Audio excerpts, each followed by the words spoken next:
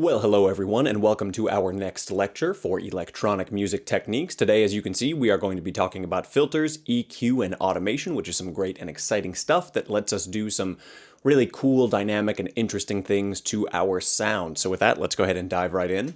Not surprisingly, the agenda for this lecture is automation, filters, and EQ. But within automation, we'll be talking about writing, editing, and the common modes of automation that we use, both in Studio One and other digital audio workstations. So let's go ahead and dive right in.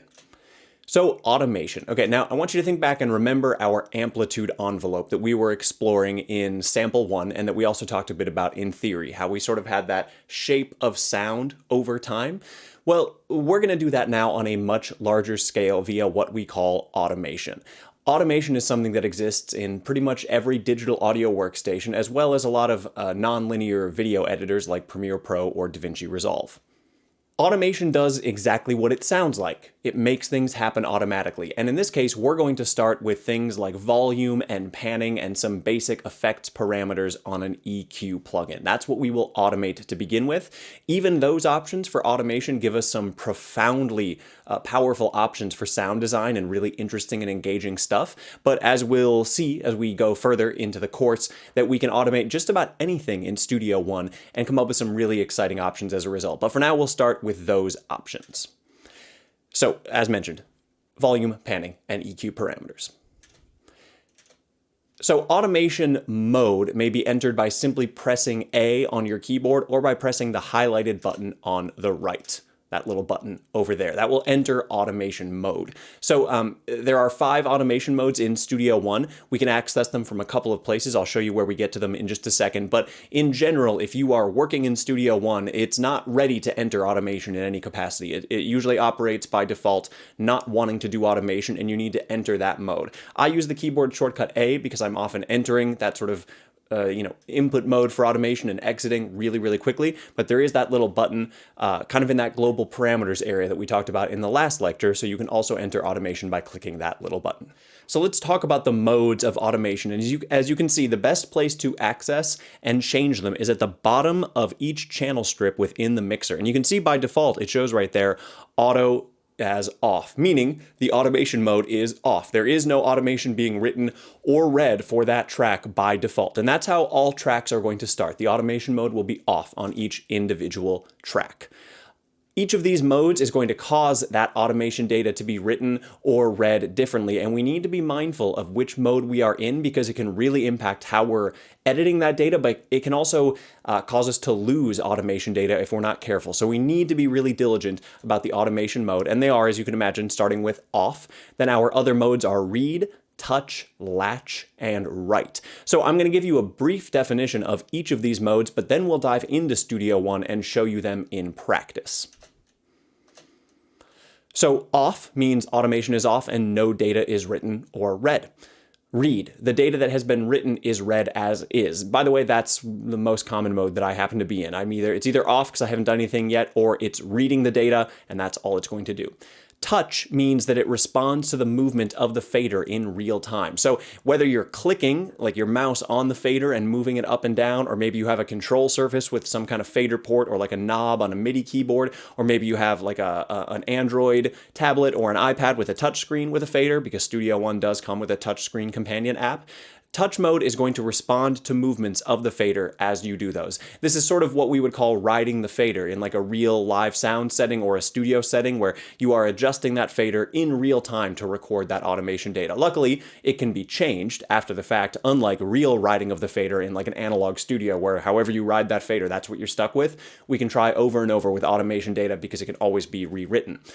Latch is a lot like touch, but the current value replaces any existing data after releasing the fader. So I will return to that and show you exactly what that looks like in person because I think it makes a lot more sense when you see it demonstrated in Studio One. And then lastly is write mode, which I will be honest, I never use.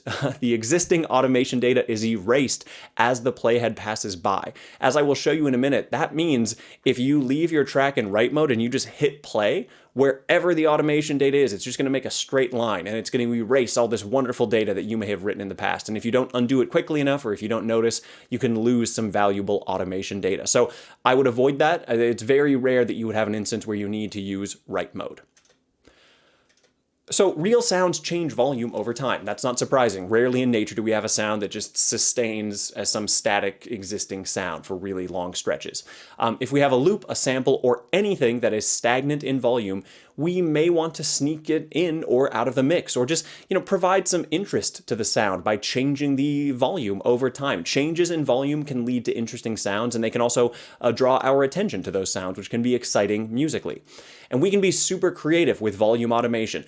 If you had nothing but audio files and automation volume in your digital audio workstation and there was nothing else, no other features, you could still make some incredible, incredible music inside that setting.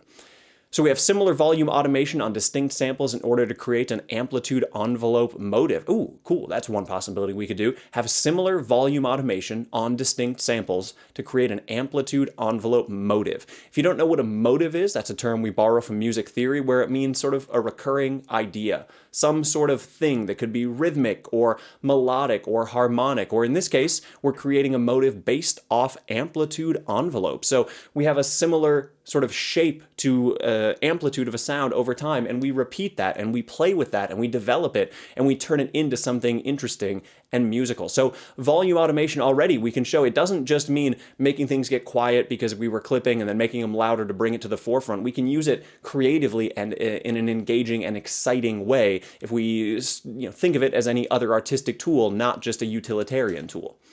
We could take a realistic sound and make it go bananas with volume automation in order to avoid realism. This can be really great. Take something, give it some really interesting volume automation pattern, have it change its amplitude over time, have it have a very interesting envelope that is not like one we see in nature. Could be very exciting. It could draw our attention to it. Now, lots of other options. You'll get to explore some of these in your midterm project, and I will show you some other ways that you might play with volume automation. Panning is one of the other things that we will explore, and many real sound sources in space, they move, right? Many sound sources move in space, so we will want to move our sound sources. Sounds that move are interesting. Sounds that are just in the same place are less interesting. And sometimes we attend to sound sources in motion over sound sources that are fixed in location, right? So we can draw the attention of our listener by moving a sound, by panning it via automation in real time as we are hearing that sound. Make something swoosh from the left to the right speaker, or from right to left, or from center out to right and then to left. We can be creative with this just as we can with volume automation. We can move things unrealistically. We can have panning motives, right? If we can have a motive of amplitude envelopes via automation, why not have some sort of musical idea that recurs that's based off panning, having sounds move, having other sounds move, making it seem as though those sounds belong together and are somehow connected musically. We can link certain panning motives to certain sounds. So for example, maybe high sounds move really quickly, maybe low sounds are really static or move very slowly if they move at all. We can link certain panning motives to certain functions of sound within a phrase or texture. So for example, when a sound ends, it pans outward. So as something is fading away, it moves off to one side. Or as something is coming in, it goes from really far right to center and gets forward. And then maybe as that sound leaves, it moves left as if it was on some trajectory. It can create movement, it can create space so that our mix is not flat, and it can be artistic and interesting and draw our attention to sounds. I really love music of all styles, genres, and eras that makes use of sound movement, because we can make sounds move. Why not? Why have all things just static? Movement is really exciting. And then also we will talk about automation of effects. We will learn about EQ and other effects in just a minute, and how we can add those to our sessions within Studio One. Shaping these effects over time via automation can have tremendously impactful musical implications. And once again, you'll practice this on your upcoming midterm assignment. But I just really want to stress that even though right now we're just going to work with the Pro EQ plugin, which I'll show you in a minute, in Studio One and automate some of its parameters, you're going to be able to automate all sorts of parameters for effects in the very near future, and that can be very, very exciting. And that, to me, is where electronic music that's just kind of bland really comes to life, when we use a lot of automation to create movement and shape to our sounds. So some examples that demonstrate this concept for your listening pleasure, which I can provide links to on eLearning, just 4 tracks that myself and Dr. Biggs think do something interesting with this. I'm not particularly trying to be youthful and cool and appeal to the young crowd with these tracks. They just really do some interesting things with automation of effects or panning or volume. So again, I'll add some links on eLearning to the YouTube videos of those, but they're very easy to find with a quick search if you want to go ahead and give a listen. That Aphex Twin track in particular, I think is pretty awesome. And if you're unfamiliar with Aphex Twin, I would dive in and try exploring a little Aphex Twin. Some really cool stuff with some really wonderful applications of a lot of the stuff that we talk about in this course. Okay, so with that in mind, automation, which I will again dive into in a minute, we're now going to talk about audio filters. And what's great is one of the first things we will do is automate audio filters. So what is an audio filter? Good question. If we're going to talk about them, we should define them. We can say a component within an audio system that operates as a frequency-dependent amplifier, which is designed to pass, attenuate, or increase a range of frequencies. So just to make sure, when we say pass, we mean let that thing go through. When we say attenuate, we mean decrease that thing. Or when we say increase, we mean, of course, to increase or add energy to that sort of band of frequencies. There are different types of filters, so we want to make sure we have some degree in mind of what we're talking about with different types of filters. And EQ is typically referred to when multiple filters are working together within one component, which is exactly what we will do in Studio One. So this is a basic filter graph. Now this should look a little similar to some of our graphs that we've looked at before, where in this case we have amplitude on the y-axis and we have frequency on the x-axis. And we are going to see this in Studio One with its Pro EQ plugin, where we can create certain bands of frequencies. And within those bands, we can have a slope for how it is attenuated on either side. And we're also going to have a center frequency of each of these bands. So in this case, what you can see we sort of have going on here is a giant boost from about 20 hertz all the way up to about 3,500 hertz. That upper slope, that upper arrow in the middle that's pointing to a center frequency of around 500 hertz, that means we are boosting the center frequency of 500 hertz and then sort of creating this umbrella attenuation downward from around that. In this case, we're also decreasing frequency, what looks to be a center frequency of, 6,000, 7,000. And once again, you can see these terms bandwidth and slope, which we will define in a second. But this very much represents what the Pro EQ filter will look like in Studio One. And it's very common for a lot of applications to have filters that look very similar to this, where we're going to pick a center frequency and either increase it or decrease it, and then have some control of the slope on either side. So that in mind, let's talk about these terms. Center frequency. This is the apex of a filter that is created by determining a center frequency. In other words, it's the value you set that you either really want to be the focal point or something you're getting rid of. Like in your mix, if you hear a little buzz at 2,000 hertz, a little ringing in the room that you didn't realize was there when you recorded, that means you're going to pick your center frequency of 2,000 hertz and you're really going to attenuate around that frequency. So that's your target zone, the center frequency. That's as it mentions here, it's the apex. It's where you're focusing. We have the cutoff frequency, and that's the frequency at which a filter takes effect for filters that are created by defining a cutoff frequency. This is easier to see in context, but the idea is that the cutoff frequency is where the filter starts kicking into effect. So if we set a cutoff filter frequency of 5,000 hertz, that means the filter won't do anything until we get to 5,000 hertz. And it could happen on either side of that 5,000 hertz. It depends on the nature of the filter. But again, that's sort of one of our target zones depending on the type of filter we are working with. Slope, which we saw on the last slide, that's the steepness of a filter, and it can be defined by, quite often, and as we will see, this is the case in Studio One, it will say plus or minus a certain amount of decibels per octave. So as a reminder, if you did not know, that 8VA symbol means octave in the world of music theory. So that means as we go down or up octaves, we will increase or decrease the slope and the shape of that filter. So again, this will become very apparent and readily visible when we start exploring those options in the Studio One filter in just a moment. We also have to talk about Q, which typically ranges from 0.1 to 100 within most digital audio workstations. We will have a numerical value that represents Q. Q stands for quality factor, and it really affects the sort of width and slope of our band, potentially. And sometimes Q is handled a little differently from one plugin to another, but really what it is we have the center frequency, and then Q determines how wide or narrow we are outward from that frequency. If we have a really high Q value, it means we have a really narrow band. So if you wanted to remove one real particular bothersome frequency from your mix, you would want to make sure you use a really high Q with a center frequency that's targeting that exact frequency that you want to filter out. So high Q, again, equals a steep slope because it's going to be a narrow band, and a low Q equals gradual, wider band. And we will sometimes refer to Q as resonance. They're not necessarily the exact same thing, but resonance means the adding of energy at our cutoff frequency, and we will see how some filters allow you to do that and actually increase a little knob for resonance, and we'll see how that applies and hear some audible difference in a minute.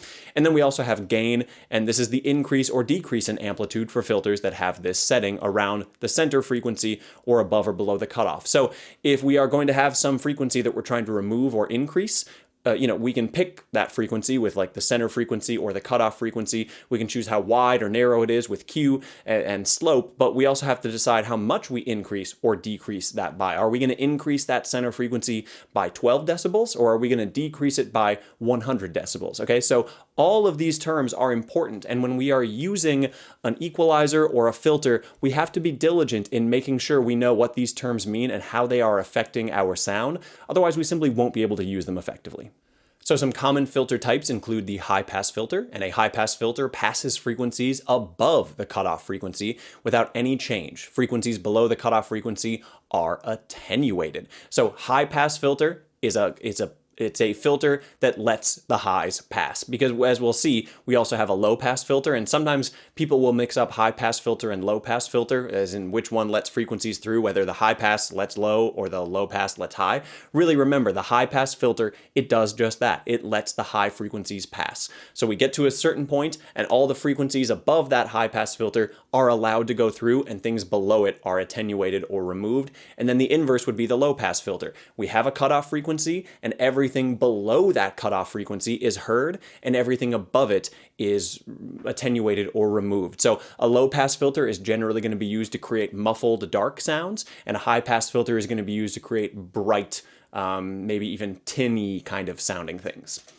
We can also have a band pass filter that passes only a band of frequencies. So rather than having a point where we say above or below passes, we say that point itself passes. Some often relatively small band of frequencies go through, and we attenuate stuff on both sides of that center frequency.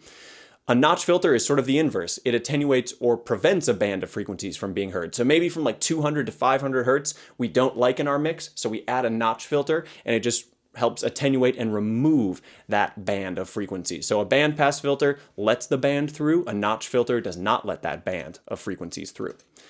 A peak or resonant filter, that's going to amplify a band of frequencies around a center frequency, which we can demonstrate in Studio One. So wherever we're sort of picking our cutoff or center frequency, we can also increase the gain at that point and create this sort of resonant filter. Or we can say peak because we are increasing the peak at that frequency as well.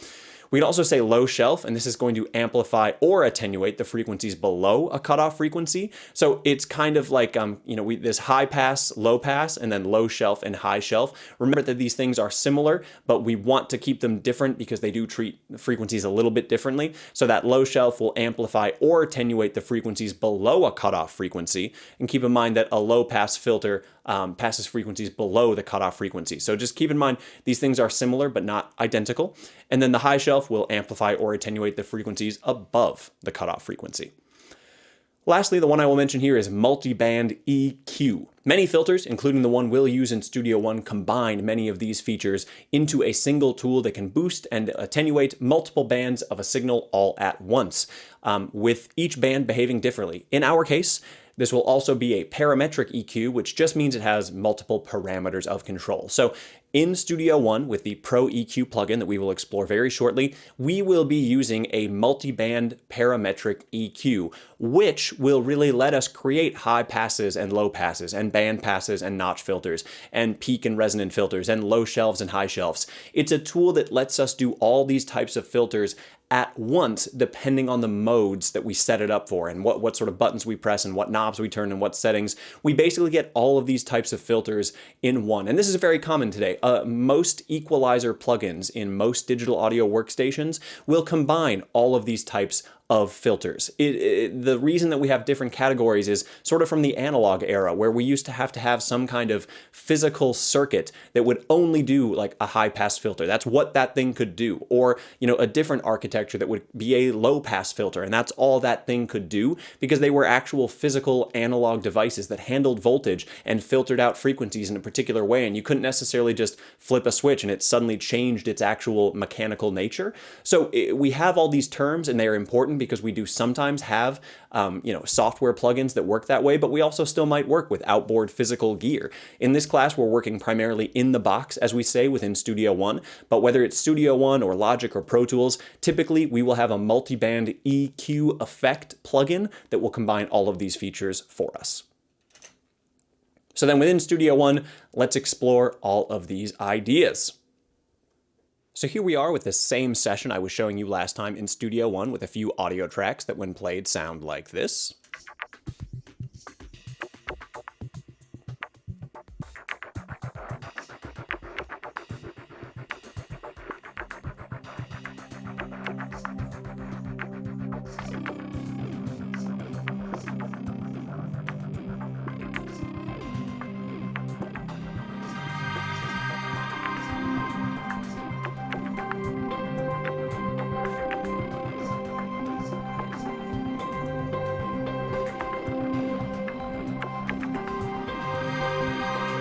Cool. So I want to show you a couple of things that might be useful for you as you begin working with and editing more audio. So you may remember that we do have this option right down here to change the size of our display of all these waveforms. So we could make them incredibly small if we have like 200 tracks in our session. We could make them extra large, in which case very few of them fit on screen at any given moment. I think I had mentioned that quite often I will be working in like the normal or medium, sort of normal, medium, or small. I'd say these three size regions are where I am most of the time. There is also a slider to customize the size in case you want to sort of fit anywhere in between, if you want to make it really fit right to your screen, for example.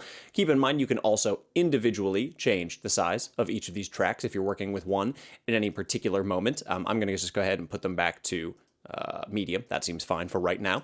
However, there are a couple of things to be aware of that we can access right from this front display that we are looking at. One of which is this little button hiding right down in this corner. Now keep in mind, if I have my mixer open, that button moves up here just as my display size option does. So that is a little bit context sensitive, but I'm going to keep my mixer closed for now. So I can also zoom in on my left and right axis, but this little option right here I think is pretty cool, which is our data zoom. And if I click and hold, I can zoom in, and you'll notice that all of my waveforms increase in size. In fact, I can increase them to the point where they're basically flatlining. But on this project right now, you'll notice that if I increase just a little, I get a much clearer view of all the waveforms of my track that are currently in my project, because they're not super loud sound files. They're all kind of relatively quiet. So if I'm on the default display of this data in terms of how it's zooming on that y-axis, it can be a little difficult to see what it is that I'm looking at and working on. You'll notice that these little buttons are now lit up with the color yellow because it means that I have zoomed in to some amount. So it's really important to note that this does not change the sound of the tracks. It does not increase their amplitude. So for example, if I hit play and change it while it's playing,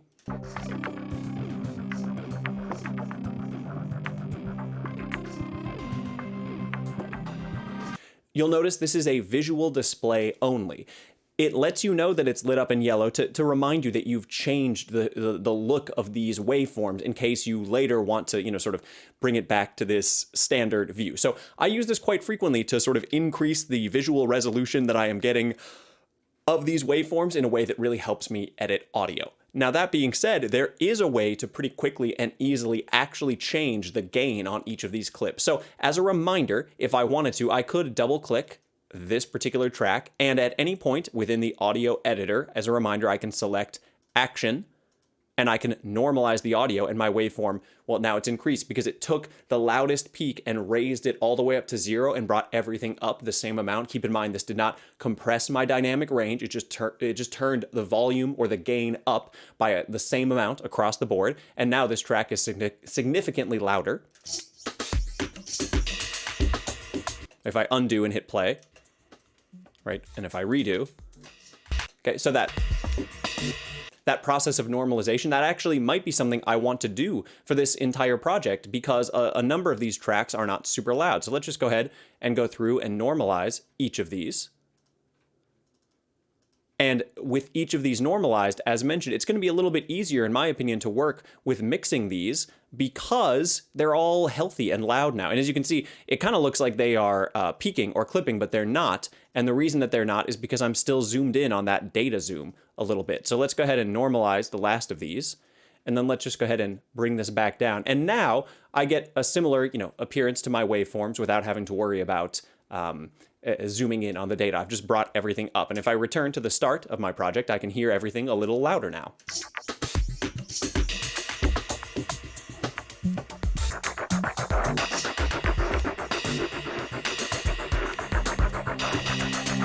Now, in this case, I'm probably going to end up clipping, so I'm going to actually probably have to pull some of these faders back. But as a reminder, that's how I like to mix. I like the idea of having some headroom on each of these, so maybe I can pull these all down and then really start to get to a healthier amplitude level. And quite often when I'm watching my master faders, I want to be getting pretty close to 0 during loud portions of the track. Certainly getting above -12 gets me in a pretty healthy area, and I'm getting there now that it's getting a little louder, so that seems like I'm in a pretty good dynamic range.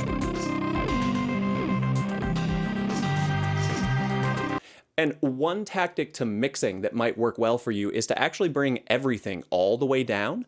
This is something I will frequently do when I am working on a project, especially if I'm at this stage where I've sort of created a lot of the sounds, but I now just have these audio files or these stems to work with.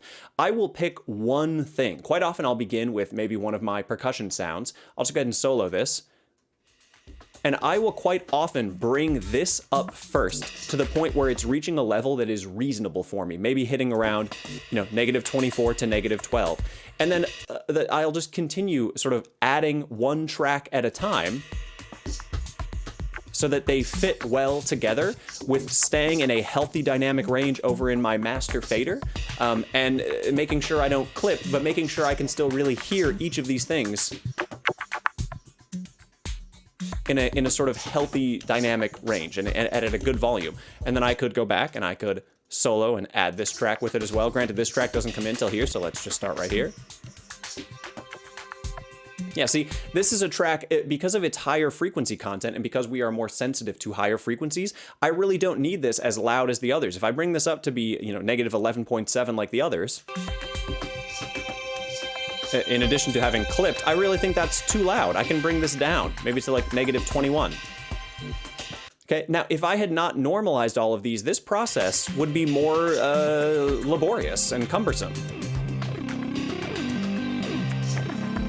Okay, now there's still going to be a lot more I'm going to do to continue to mix this track as I go, as I might do some amount of compression and EQ on these tracks, and potentially some multiband compression and some side chaining compression and lots of stuff, and might have some effects on the master output before I am done with mixing. But this is the first stage, literally getting a reference value for each of these tracks so that they live relatively well together. I will also automate the volume of these tracks over time, which we can demonstrate in just a minute, but this is genuinely how I will often start on a track. I will just go ahead and let it play, and I will bring in one element at a time until they live at a healthy level with each other, and I am not clipping.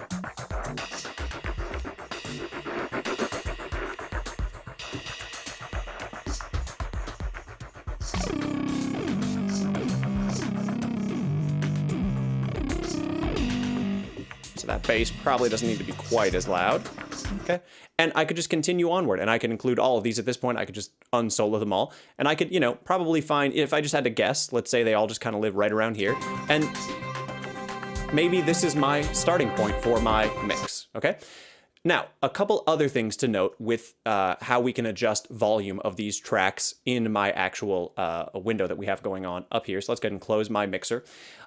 Each audio region has a couple of things you can do with it. So I'm going to just go ahead and work with this audio region and make it a little bit larger. So you'll notice that there is this little square icon at the top of each audio region once I have it selected. And I can grab this little square icon and I can click and I can drag it down.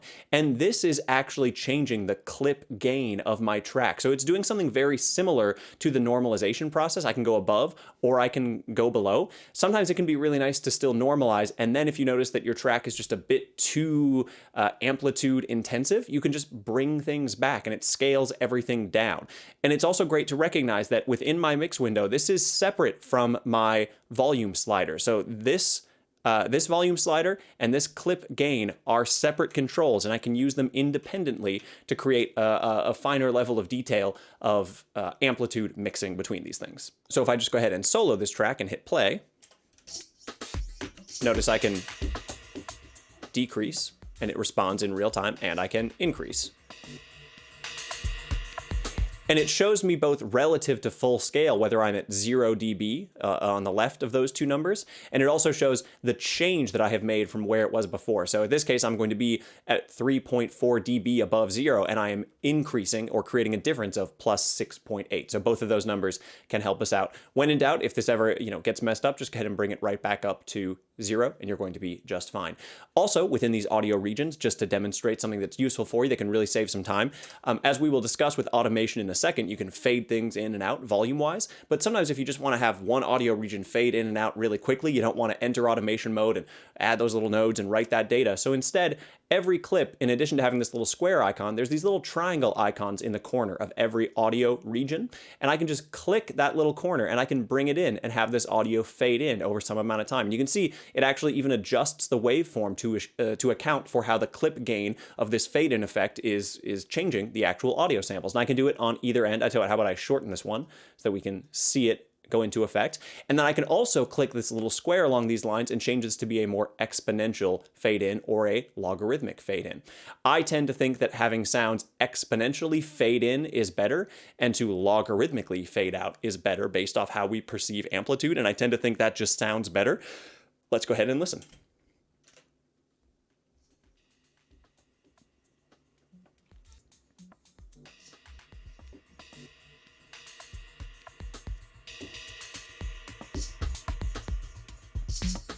So I think that's a very natural approach, the way the amplitude sort of sneaks in. If I leave this as, more linear, let's listen again.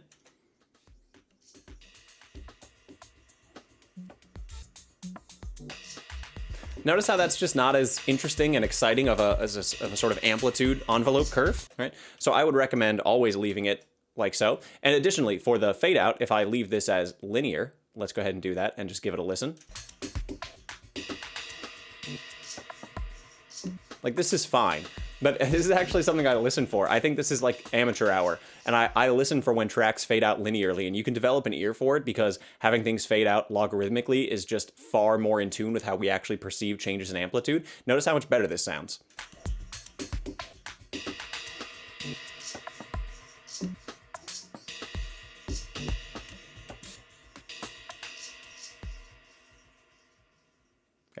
I think that's 100 times better. And these are the little details that really add up to make your tracks really work for you. So just know that all of these options are available within each of these clips at any moment, and any audio region is going to let you do these things, and that can speed up your workflow tremendously. So with all of that in mind, let's go ahead and start talking about automation within Studio One. So I'm going to go ahead and focus on this first track again, because it has quite a bit of musical information for us to listen to. So I'll just go ahead and re-solo.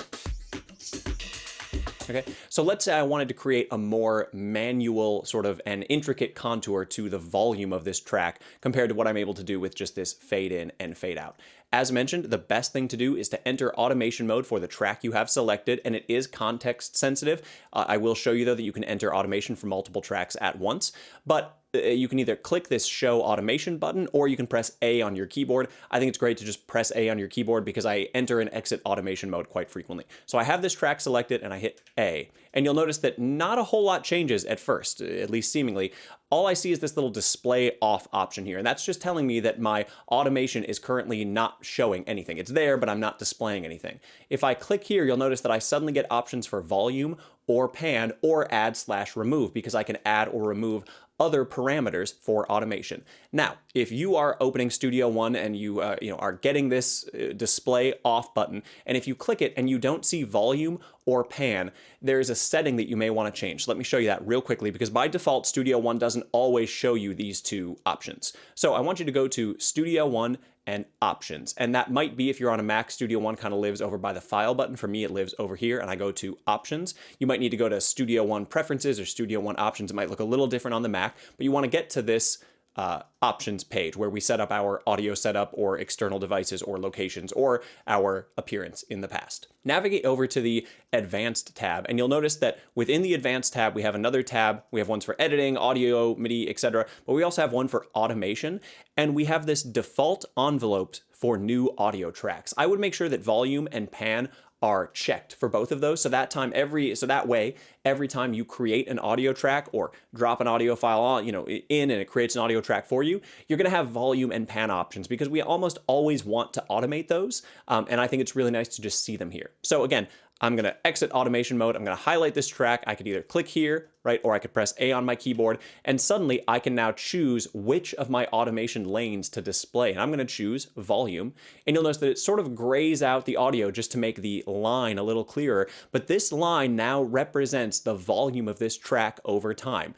It's not particularly exciting yet. Nothing's happening to it, but all I have to do is click to create a little node that can move up or down, much like I was doing in my tempo track. I could click other nodes, and every node I create becomes a control point that I am able to click up and down. Much like the fade in and fade out tool, I get a little dot halfway along each automation line. As long as I move my mouse, you kind of have to hover near that halfway point and it will appear. And I can also click and drag this up and down to create either a more exponential or logarithmic curve. And I will just say, I do not remember the last time in a project of just about any nature that I had a linear automation curve. I always prefer exponential or logarithmic for just about anything. So I can create these curves for automation of volume. I can move the nodes left and right. I can shift click to select multiple nodes at once and move them all if I'd like to do so. There are a lot of options for you within, depending on sort of where your mouse is and what you have selected. 99% of the time, I'm simply clicking and adding nodes and moving them up or down accordingly. And then I'm usually going to this little center dot and changing it to be either a logarithmic decay or an exponential rise. So maybe in this case over here, make this one exponential, make this logarithmic, exponential. I think this will sound better. Now, if we go back and play this track, watch what happens with my volume fader when I hit play.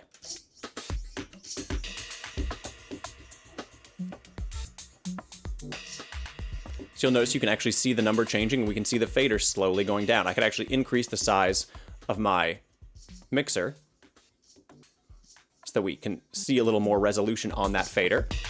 And notice that it corresponds to these motions and these nodes of control points that I have added along the track. We could do this with panning as well. We could select panning, and we could, have it start all the way in the center, and we could have it pan all the way to the left and have it pan all the way to the right. And it could do this in a somewhat more exciting fashion, again, if we do exponential or logarithmic curves. So now watch my pan slider as I hit play. And everything moves to the left, and then everything pretty quickly moves all the way over to the right. Okay, so this is not a super artistic demonstration of what I could do with panning of volume or with automation, of volume or panning, but it demonstrates the point of how these things work from a control standpoint. Now, there are maybe instances, again, you could just turn this off if you want to not show anything, and you can hit A to exit automation mode and get your track back to the usual display. There may be times where you want to see automation lanes for multiple things at once, and you'll notice by default I can just show volume, or I could show panning, or I could select add and remove, and we'll show you how to add more parameters. Right now I can just turn mute on and off if I want to mute the track, but once I add some effects and sends and other stuff, we'll have a big list of things we can automate. But if I want to automate pan and volume and sort of see them at the same time in tandem, you'll notice when I have volume selected, we see a sort of slightly grayed out version of the pan automation. So we might be able to visually line things up, but there's also this hidden little button down here which says expand envelopes. It's not the large color rectangle that lets us change the color of the track, although we could do that because that's just a delightful purple. I don't know, let's do like a bright yellow. If I click this expand envelopes when I'm in automation mode, and if I click here, you'll notice that suddenly now I get, and I can even turn this display off if I want just my waveform up here, and here I get lanes for volume and automation panning. I think this is one of my favorite features of both Studio One and a number of other digital audio workstations do this, though they didn't all used to. I can view these things side by side, and I can very quickly add nodes to either and sort of control these things in tandem, which I think is really great. Also, keep in mind, I can, if my mouse is in the right location, kind of selecting from the bottom of the track, I can select multiple automation nodes and I can hit Control C or Command V on Mac. And if I post them in a different lane, I can actually copy automation data from one to the other. Keep in mind, it's just scaled a little differently because these tracks deal with data differently. But this could be great to copy automation of volume from one track. I could copy this here, and I could go down to this track, and I could say volume, and I could simply paste, and I'm actually going to paste that automation data from one track to the other. So that's a really great way to get your data of how you automate volume from one place to another and not have to draw those nodes in individually one at a time.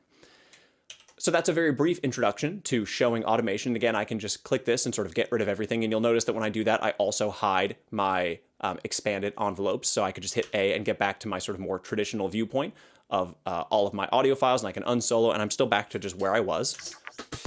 But this automation data now exists on multiple of these tracks because I copied some of it over, or I just drew some lines on multiple tracks. So we see panning and volume being automated over time. So I already mentioned about how this is very useful from a creative standpoint, but it's also useful from a mix standpoint. Sometimes we want a track to exist at one volume and then be turned down for a while where something else more important comes out, okay?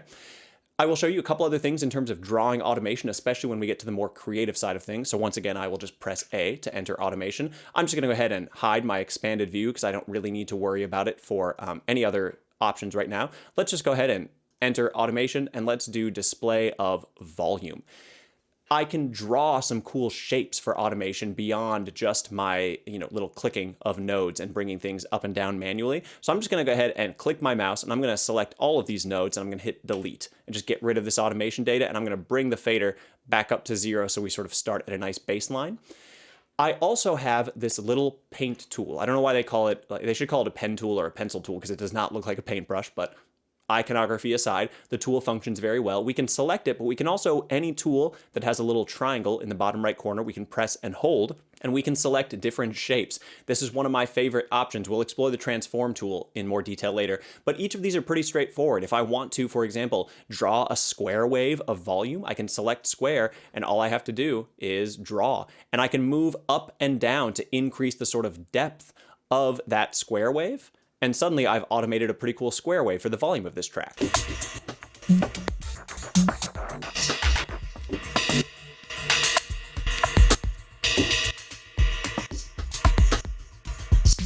Cool. So I'm not saying that's the ultimate artistic creation, but it's pretty cool that I'm able to get that so quickly. Or what if I wanted to do, just more parabolic drawing? I can just draw from one point to the other, and it's automatically going to create a nice little parabolic shape for me. So just a much quicker way to get the contour that I might want, or just a nice little sine tone, right? Just a nice little sort of more gradual change to these automation points as we write them. So you'll get to explore these features quite a bit in your midterm to really explore how to make sounds interesting and moving and have some cool qualities to them just via automation of simple parameters like volume and panning. All right, so the last thing we want to talk about with regards to automation then is our modes. And as mentioned, they can be viewed right down here by clicking, and they can also be viewed up here by clicking if I am in automation mode right here, where if I show automation on or off, notice that that option goes away. But if I click here, or if I simply press A, I can view it up here or down in the mixer. And you'll notice something has happened. So as soon as I started adding automation data to my tracks by clicking in nodes on either the volume or the panning, it automatically turned the mode to read. I could change it to off if I want to. I can manually put it back. So let's say I draw some volume automation where this sort of goes up and down, and I can hit play on this track. We can see the volume slider move up and down. That's because it put it in read mode, because it recognizes that I added automation data and it should probably read it. And that's what read mode does.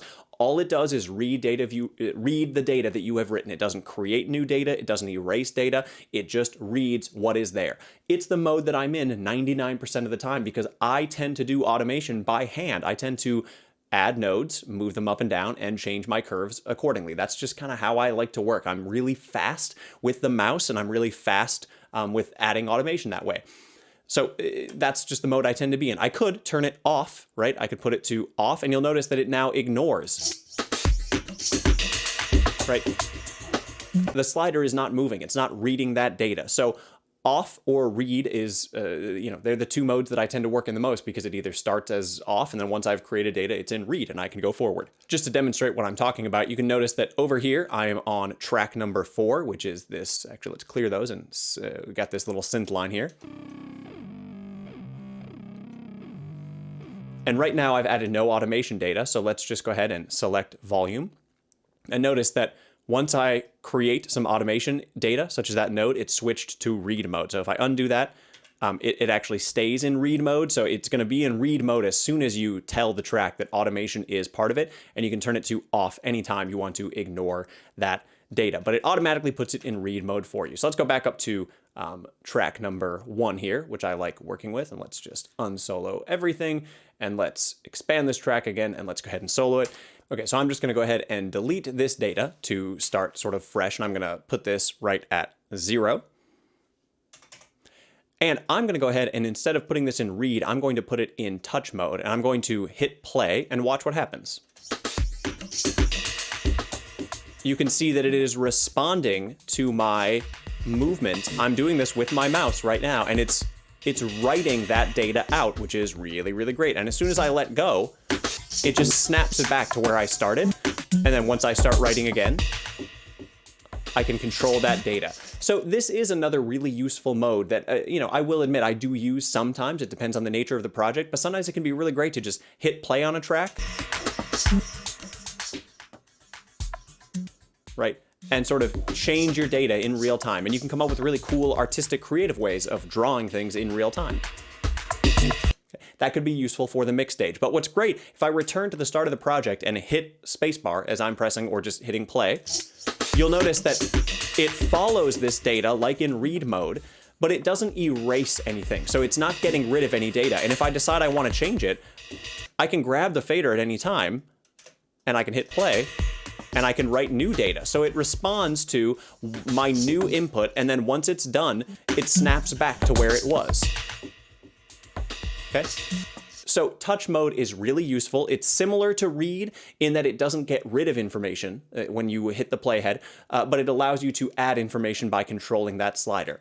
This can be really useful if you have a control surface, like a MIDI keyboard that might have some sliders, or like a Mackie control surface, and you actually have physical faders in front of you, and you want to sort of move multiple faders to mix at once, because you could have 8 tracks in a row all in write mode, and if they're, all in touch mode, and if they are in touch mode, you could move them all at once, and it kind of makes like you're working in an analog studio. So that's going to be off and read and touch. Now latch mode is somewhat similar to touch mode, so watch what happens here. If I hit play on this track, you'll notice it's still following my automation data, so I can grab the slider, and now it's writing new data.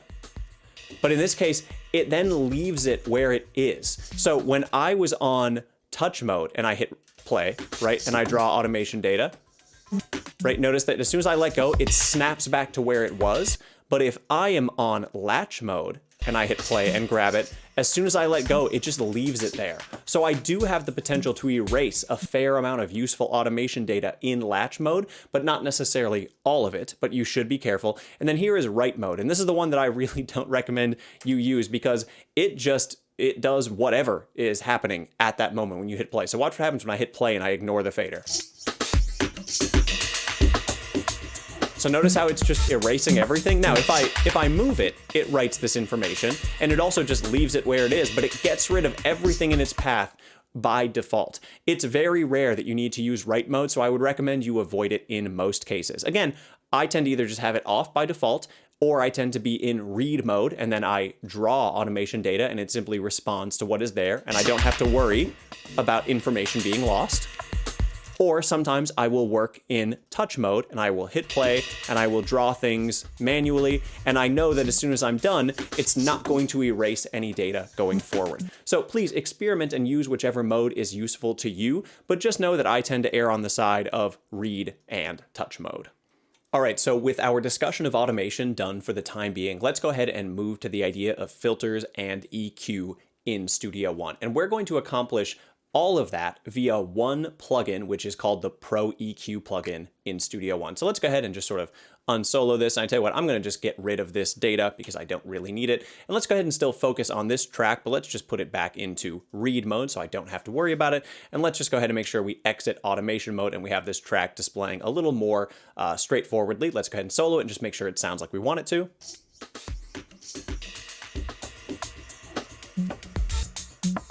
Seems great. Now, there are a lot of ways to add effects, including the Pro EQ plugin in Studio One. I'll show you a couple of ways to do it.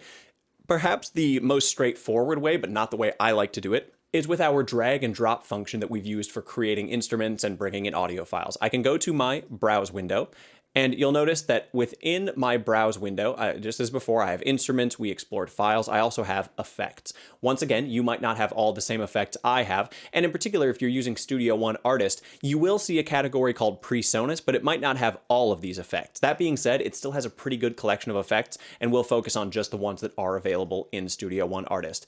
I'm going to scroll down, and again, you can sort of change whether you want them to be the little bubble icon with the thumbnails or just the text. I kind of prefer the text. I'm going to scroll down until I see Pro EQ.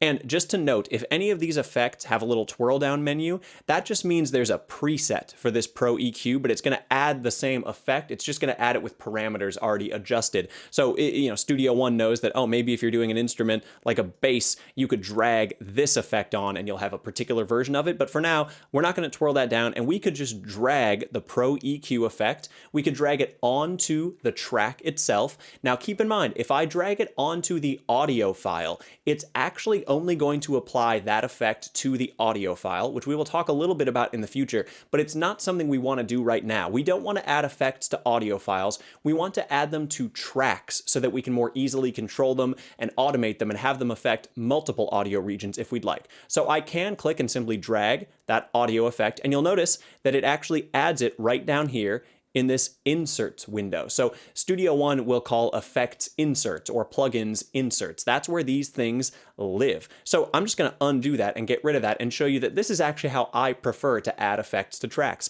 I don't like to open up this browse window. I think it's just a little bit cumbersome and it's got a lot of information that I don't need. I like to go over to inserts, and I have a couple options. I can either drag an effects chain from here, but I don't want to add an effects chain, which is like 5 or 10 effects all at once. I just want to add one specific effect, which in this case is my Pro EQ.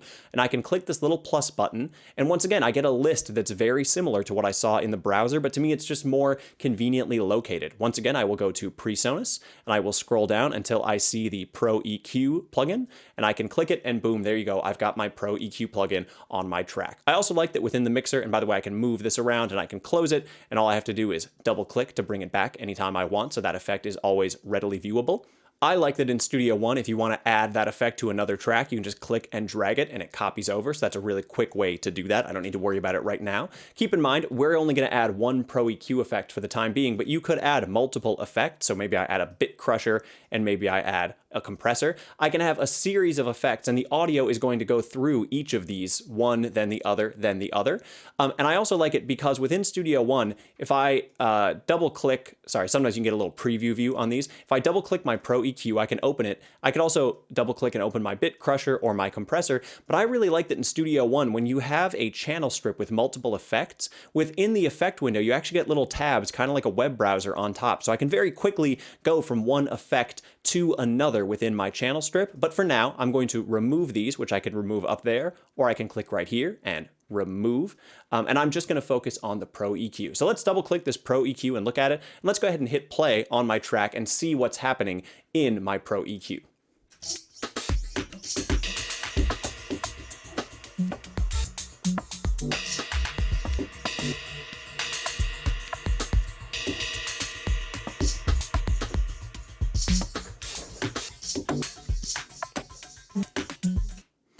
Okay, so we can get a nice frequency view of what's happening in my track when I hit play. So you can see we have, amplitude once again on the y-axis, and we have frequency on the x-axis going from about 20 hertz all the way up to 20,000. So it represents the entire range of human hearing, and we can see where there is more frequency content present across the spectrum. We have a couple of different views where we can do this FFT curve view. I tend to actually prefer this display to the third octave bars, which are good, but they just don't give quite the precision. We can also do the waterfall effect. This is cool. This adds another dimension of flowing sort of in real time. Okay. I tend to work in the FFT curve, and I always like to keep it on high quality, which within a single Pro EQ, it makes very little difference in terms of how it's actually going to affect your processor speed, but it makes a difference in how the effect itself handles phase issues that come about from using equalizer plugins. But once again, I can hit play.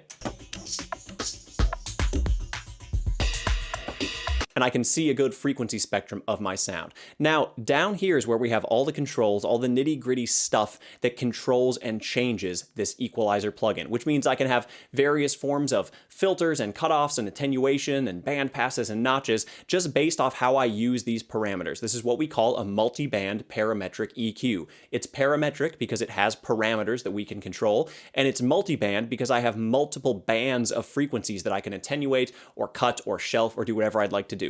So let's just go ahead and start with this one in the middle, this mid-frequency option. And by default, it's not on. You either need to turn these on or you need to click its corresponding node. In this case, they're color corresponding. So we have this little mid-frequency of green, we have low mid-frequency of yellow, and we can see that when I move over it. And if I move this band, it actually turns it on, which is great. But if you don't want to click up there, you can also just turn it on right here.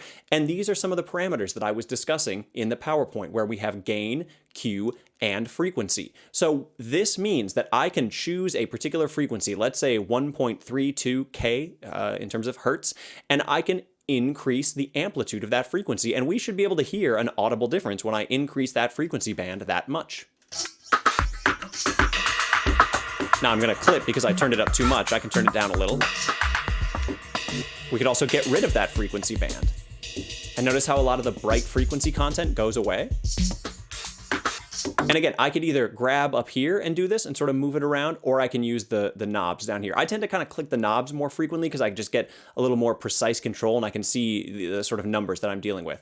So I can move this around while I actually play the sound file.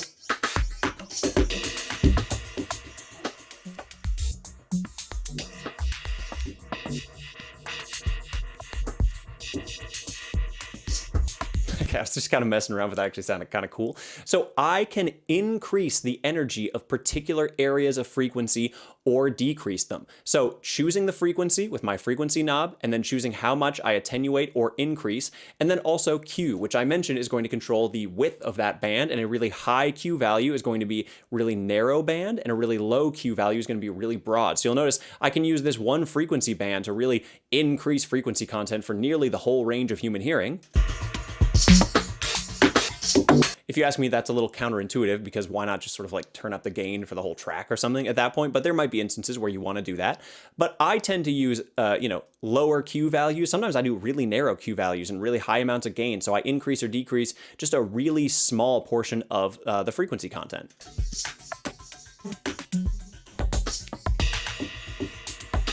Okay, so it makes a pretty subtle difference in that case. If I widen the Q a little bit, and I can just turn this on or off to hear kind of an A-B effect.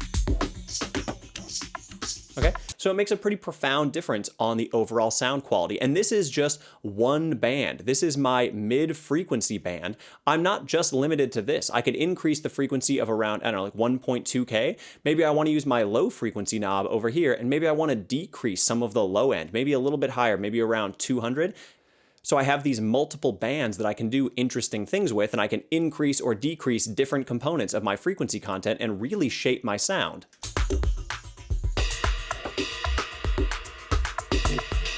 Okay. Now, certain of these have a few other parameters that are worth mentioning. In particular, the low cut versus high cut. So you'll notice that by default, if I turn on the low cut, that's what it does. It just gets rid of low frequency content. And if I move it up high enough, I just get rid of almost everything. So So notice now all we hear are the sort of high, tinny little frequencies, or I can let everything in. So let's just turn these other bands off so that all we are dealing with is my low cut. Okay, and as mentioned, you can change the slope of this in terms of number of decibels per octave. So by default, it's 12, which is a pretty standard slope, but I could also make it really gradual, 6 dB per octave, so it's a really gradual roll-off of those low frequencies. Or I could make it all the way up to 48 decibels per octave and make it almost a straight line, so I can just really truncate frequencies very, very quickly. So notice how different that sounds compared to this, right? We're sort of changing the rate at which we filter out those frequencies. We can also do the same thing. Let's make this a little steeper. Let's do 36. We can do the same thing with a high cut, which we can turn on. And as we pull it down, that's simply going to get rid of high frequency content. So here we're filtering out most of the lows and the highs, and we're just going to be left with this sort of annoying mid-frequency range. I mean, actually, it sounds kind of cool. It kind of has like a lo-fi vibe to it. And similarly, I can change the slope of this filter as well if I want to have just a really particular, precise band of frequencies that we are letting through. Pretty cool. So we can get some pretty interesting sound control options already just from these few knobs that really let us change the frequency content present in our sound. So the very last thing that I want to show you today is that these parameters can also be automated. So let me show you the long way to do it, and then I'll show you the quick way, which can save you a lot of time. So if I go back to my track and I select A for automation, or I click right here, I can enter automation for this track. I can add or remove lanes of automation, things that I want to automate, because as a reminder, it has volume and pan by default. Now, compared to before, when I click add or remove, you'll notice we used to only have the mute option, but now we have inserts. That means Studio One recognizes that there is an effect on the insert panel of my track, and it's going to let me choose parameters from my inserts, from my plugins, from my effects. So you'll notice that I can see categories that make sense based off the plugin that I am dealing with. So for example, it's insert one. It only gives me Pro EQ because it's the only effect I have, so it knows it doesn't need multiple options beyond that. I could, for example, select that low cut and then maybe choose its choose the low cut frequency and select add. And once I've done that, you'll notice it adds a channel for my low cut frequency, and I can click and draw on it and automate it just like I could anything else. And we could actually open the Pro EQ plugin, we could hit play, and we could see this automate over time. You'll notice that as time moves on, I filter out more and more of my low frequencies and only let high frequencies through. Again, maybe I want to make that happen really quickly, and maybe I want to have it happen a few times pretty quickly. And maybe I want to have it happen with a more interesting sort of curve. And you know what? I still want these to be quicker. So let's move these nodes a little closer together, like so. And now watch that cutoff frequency change.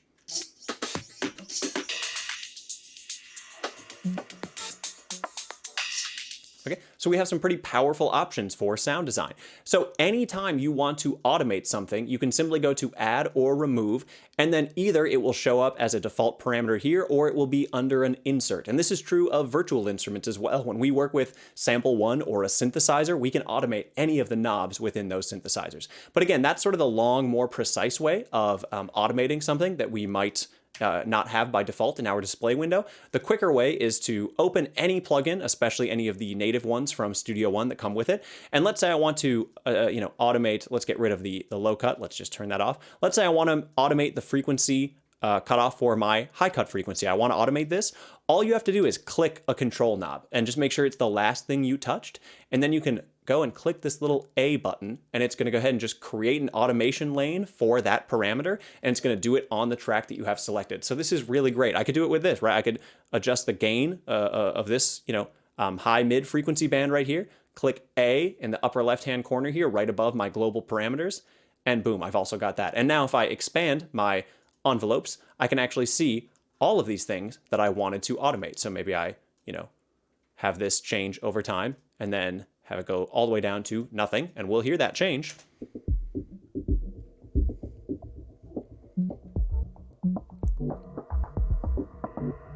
So we slowly let more and more frequency content in, which can be a very powerful musical effect. Of course, I don't like how long it's taking, and I also don't like that it's happening linearly. So let's go ahead and make this more dramatic. Let's go ahead and also, and I can rescale these if I want a little bit more resolution for where I'm clicking. Let's go ahead and make this a, whoops, I need to find that little dot, make this more of a better decay for us. And now let's listen.